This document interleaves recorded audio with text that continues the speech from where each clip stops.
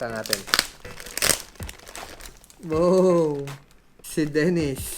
So, ito ay yung normal na form ni Dennis. Ito yung figure ng Kiposket mga apple. Kahit sana ng mga box ito pero what to do? Ito ikaw, napakit mga apple. Tingnan yung mukha.